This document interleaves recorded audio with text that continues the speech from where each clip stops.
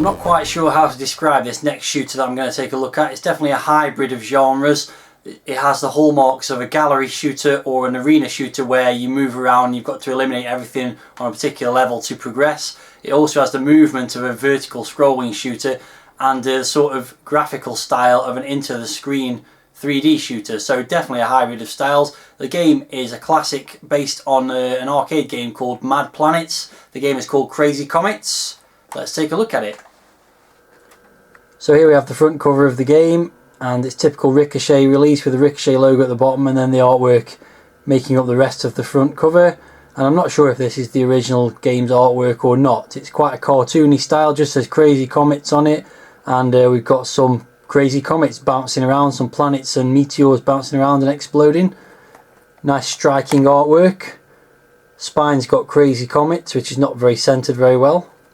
And the back's got no screenshots, which is quite unusual, and a bit of a blurb about the game. The universe is out of control, contracting into chaos, matter becomes energy, and cataclysmic chain of reaction of disorder. Comets of fire cascade through the heavens, messengers of imminent doom, and your mission is to restore order to the universe. Pretty straightforward stuff. Inside, it's a little bit different from any other Ricochet release I've seen. It's actually got the front cover image on it again, which I've never seen before. And then inside we've got some pretty basic instructions, loading instructions, and then just the sort of controls and scoring levels. So you've got 10 points for a satellite in orbit, 100 points for an energized satellite, and so on. And the copyright information there, Software Communications Limited, that's the original company that released this, and that's about it.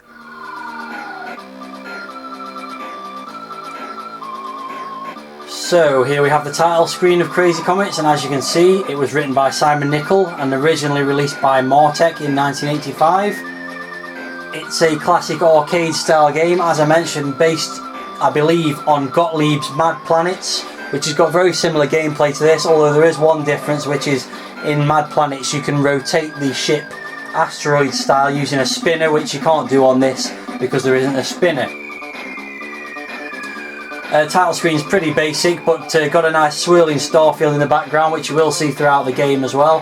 The music, which you can hear in the background, is by Rob Hubbard, and it's considered one of his classic tunes. So let's get on with the game. And what I'm going to do to start with, just before we start, there's a little introduction to what you have to do in the game. Basically, you've got to shoot planets that appear on the screen, and the bigger they are, the more points you get. We'll get into that later. What I'm going to do is start off the game and show you how not to play it first of all.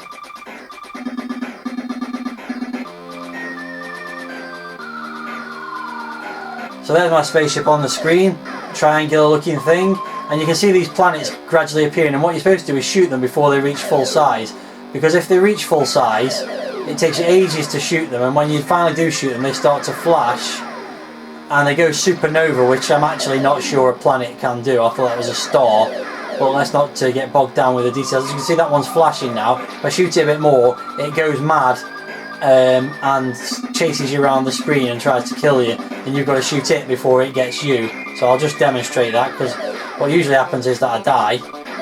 There we go, it's going mad and it's killed me. So basically you've got to try and shoot them before they reach full size, and then you get to the next round when you've cleared a few of the planets away, and each level gets progressively more difficult.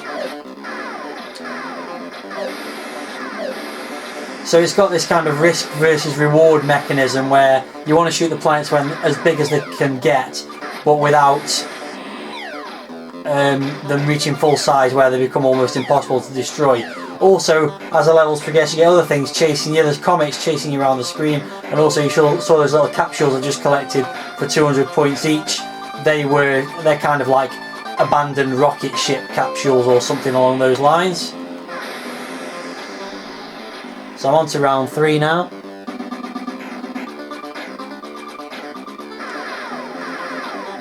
So as mentioned, there's a nice rotating starfield, which only rotates when you're not shooting. When you're shooting stuff it seems to stop. I don't know if that's a programming problem or just a design decision. So I've got 3 of these ships. Oh, there goes a life straight away.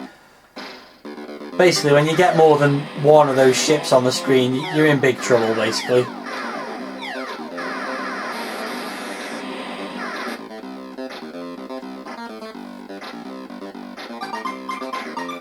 So the music carries on throughout the game. You've also got some pretty nice sound effects, sort of classic arcade style blasting noises. I'm sure I got that one then. That's game over now. Sometimes you think you're getting them before they reach full size and you don't, basically. So in keeping with the arcade style, it's got a typical high score entry screen, very nicely implemented. Let's give it another go. As you can see, that's my best score so far. So let's have another crack at it and play seriously this time. Let's go. So graphics wise, it's pretty straightforward. It's kind of its time in that respect. Oh, that's not a good start.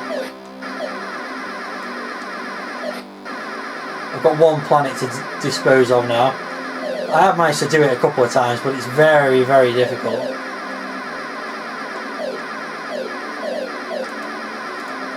So yeah, the rotating planets are quite nice, and the spinning star feels very nicely implemented. The main spaceship graphic is not that good actually. It's just a normal sort of spaceship, triangular shape, a bit like a Star Destroyer, perhaps. Which is quite ironic, since that's basically what you're doing, is destroying stars. And I've failed to get it again. I thought I'd dodged it enough to shoot it then, but no. So on to round 2 I go. There's not really a lot more to say about the game. It's a straightforward blasting shoot 'em up style game. Very easy to get to grips with, learn how to play. It's just a matter of improving each game you play and trying to improve in your high score.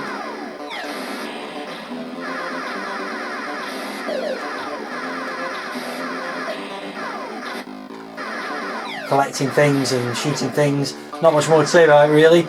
I'm not sure I'd have wanted to pay the original asking price for it. It's certainly a very polished game, but it's pretty basic. But for $1.99, the re-release price, I don't think there's any doubt that it's worth that asking price. There's not really a lot more to say, as I've said, so I'm just going to play through and see how well I do. No, that never fails to blow me up. Very annoying.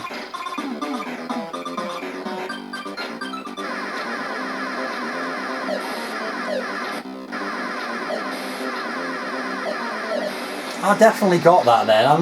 That's not fair. I'm wanting another go. I'm going to have one more go. No commentary unless I just utter some expletives. I'm just going to go for it.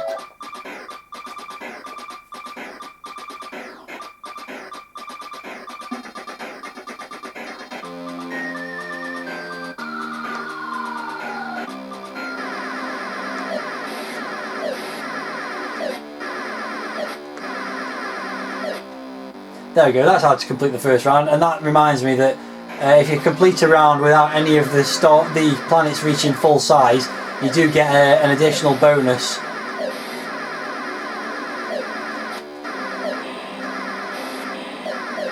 Can't remember what the bonus is, it's like 1,000 points or something. That definitely went better.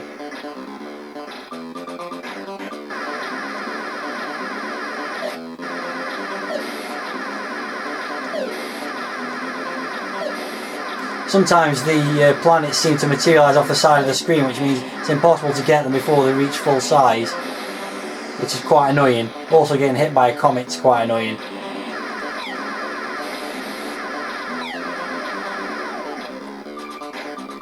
It is a bit odd how you progress from one level to the other, because sometimes you don't seem to need to eliminate all the planets to do so.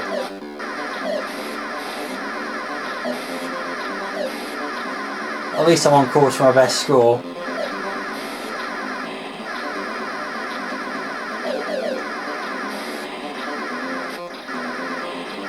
You do get an extra life at 10,000 points, by the way, but I don't think I'm going to be reaching that with one life remaining.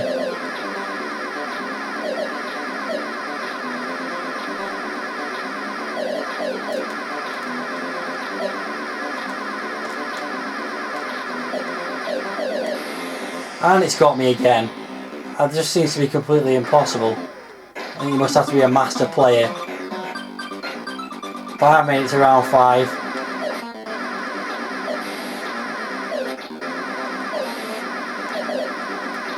And here we go again. That'll be the end for me now, because there's no way I'm going to be able to wipe that planet out.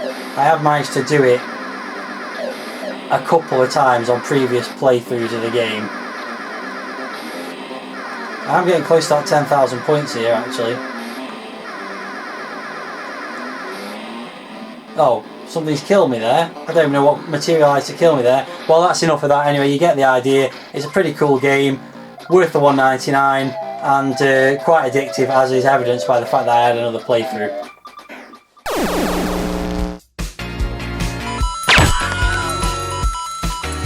If you only knew the power of the dark side. 2, 1, 0.